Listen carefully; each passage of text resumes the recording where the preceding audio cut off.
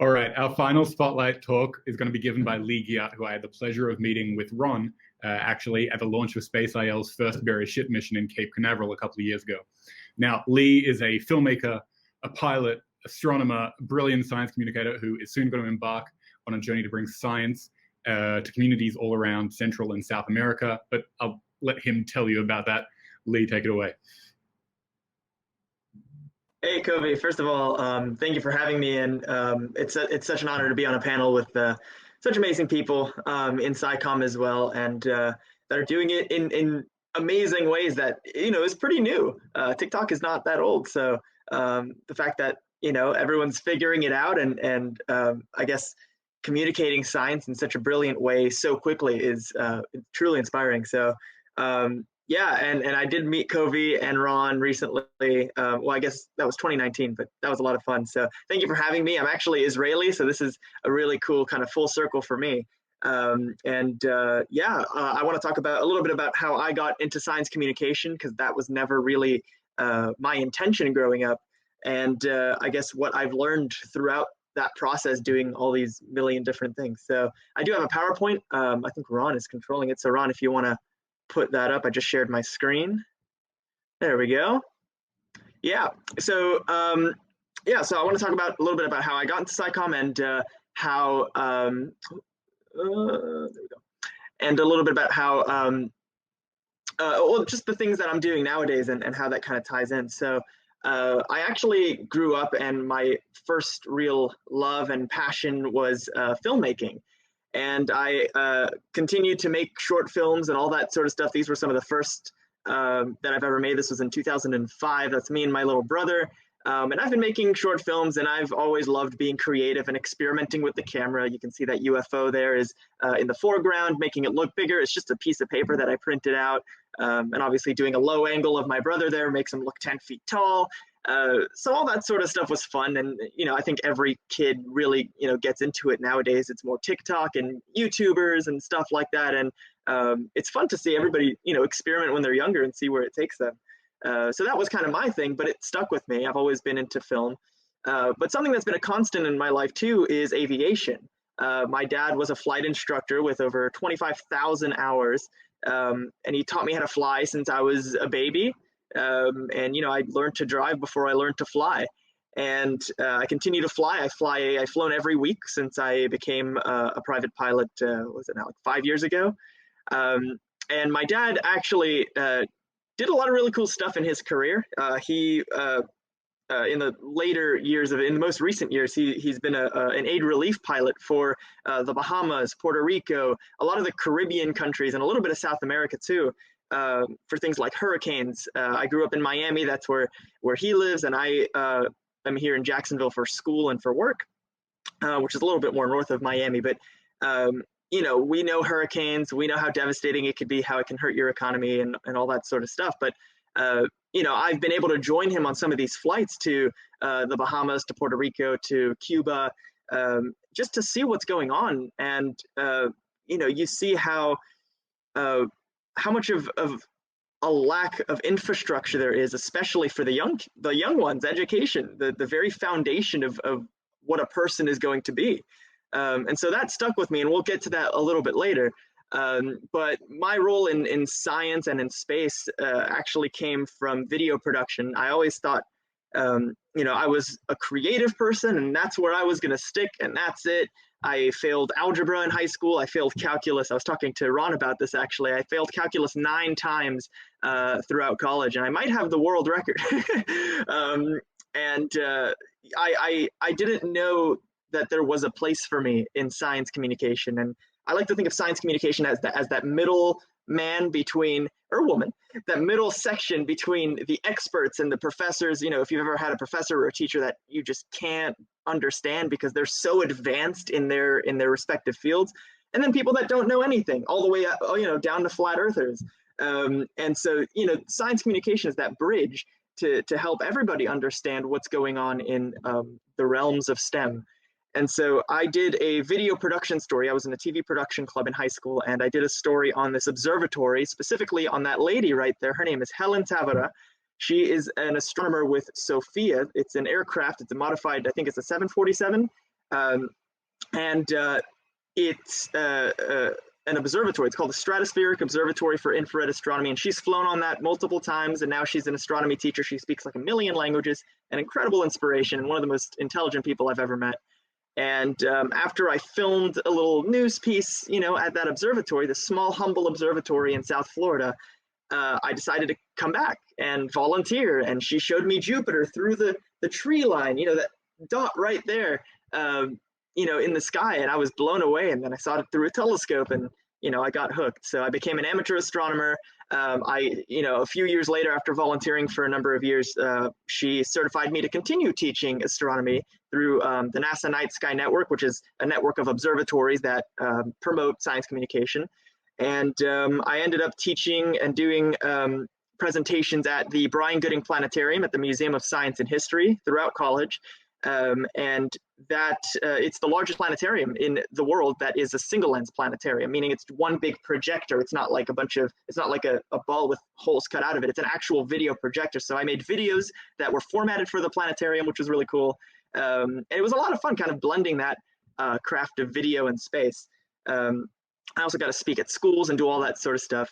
But that didn't really stop there. While I was in college, I ended up applying for a video contest called the Student Astronaut Contest, hosted by one of the most legendary science communicators of our generation, Emily Calandrelli. And I ended up winning that contest and going to Russia to train like a cosmonaut with her and for her TV show, Exploration Outer Space. This was in 2018. And along with doing all the amazing things that you can do in Star City, Russia, centrifuge, learning how to fly a Soyuz, trying on the spacesuits and eating astronaut food and all that sort of stuff. It was really cool to see, real TV production and real science communication happening on a nationwide and I guess worldwide basis. And it was awesome to be a part of it. And so these days, Rub it in. I actually run a company called, I think Ron was trying to pop in there. Ron I said, rub it in. he was a finalist, and I kicked his butt. He was a finalist to win that opportunity. But he'll go next time. Or I'll take him myself if we have to. Eventually, I'll save up. But I run a company called Flying Ostrich Media. That's my day job. We film a lot of commercials and all that sort of stuff, but we're shifting more toward aerospace specific videography. So we film a lot of corporate stuff for aerospace companies in STEM, and also sci-fi short films with the goal for the company to make the first feature film on the surface of the moon. So some of you may notice that moon guy there with the missile in his eye, that is actually the first ever sci-fi movie ever created by George Millet. It's a French film called A Trip to the Moon, created in 1902. And one of the major goals, I mean, as major as it can get, goals for my personal goal for this company is to make that movie on the surface of the moon about 100 years after it was created. I mean, that's probably the coolest way to honor science fiction and taking it to the next level, like making a movie on the surface of the moon in the exact same fashion that it was created in 1902. So that's one of the things that I'm just thinking about logistically with some of my colleagues, and how we're going to do that, depending on what the state of the world is and where technology stands. But the big thing that I'm working on right now with many amazing science communicators and professors and researchers throughout the world is PASSAGE, which stands for Providing Aid in Science for South America's General Education. And actually, so this was initially going to be just a surprise and just a really cool thing that was going to happen. I never got to show this to my father because he passed away in August in a crash. And this, I guess, was my way of continuing what he started, flying with him throughout Latin America and doing all of these flights, and getting to see that part of the world and want, his ability to help using his passion for aviation and me kind of taking that on. So he never got to see this PASSAGE project come into fruition. But nevertheless, it's going amazing. I'm super proud of our team, and we're doing so many things in all different aspects of science communication. So what is Passage? Passage is a flight across Latin America. I'll be flying a PA-32 Piper Saratoga plane. It's like a small single-engine cargo plane, and bringing school supplies, STEM education resources, lab equipment, and all that sort of stuff to kids and schools that need it most throughout the Caribbean, Central America, and South America. And we have a GoFundMe up that has a goal of raising $50,000 in these school supplies. That's going to go directly to these schools, and hopefully, if we exceed that goal, we get to bring a fleet of aircraft to do this flight, not just one plane. And so this was kind of my way of combining everything that I love and that I've been able to experience: film, space, and science, and aviation. And so we're making a documentary film to raise awareness for these regions and hopefully get them the help that they need in the decades to come. We are bringing them STEM education resources to help their infrastructure, to help their communities, and to help the future of this part of the planet where science has practically forgotten about them. And, you know, inspiring kids to become doctors and pilots and astronauts and agricultural engineers and everything in between. And this is just the start. This is just the work of a few dozen science communicators and seeing how far we can take this and how many people we can help. And so we do have a GoFundMe up.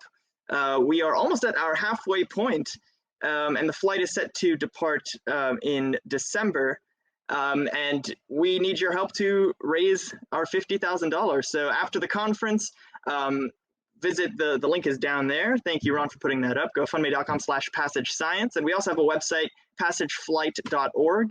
And there's also a lot of cool, yeet those STEM supplies to South America. Thanks, Ron.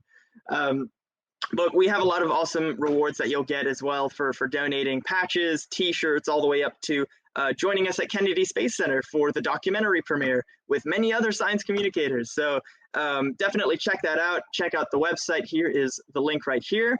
And if you want to shoot me a message or have any questions, you can follow me on social media on Instagram and Twitter at AstroDirector.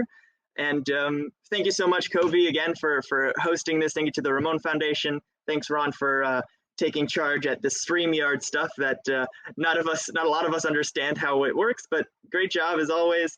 And thanks for having me, guys. Lee, it was an absolute pleasure to have you. I mean, to be honest, your story and the story of this project that you're doing, this Passage project, it's just fantastic. And the moment that I found out about it, all I've been trying to do is to see how I can help. So it really is a privilege, and I feel so lucky to be able to let you share your message. And I really hope that, like you said, that everybody goes afterwards and has a look at the Passage page. And, you know, Ron's just chucked the website down here in the scroller. You can see it. Have a look, have a read. And if you can throw a few dollars Lee's way, this project is going to be phenomenal and you'll be making a great difference in the world. Lee, thank you so much for being here. Thank you, Covey.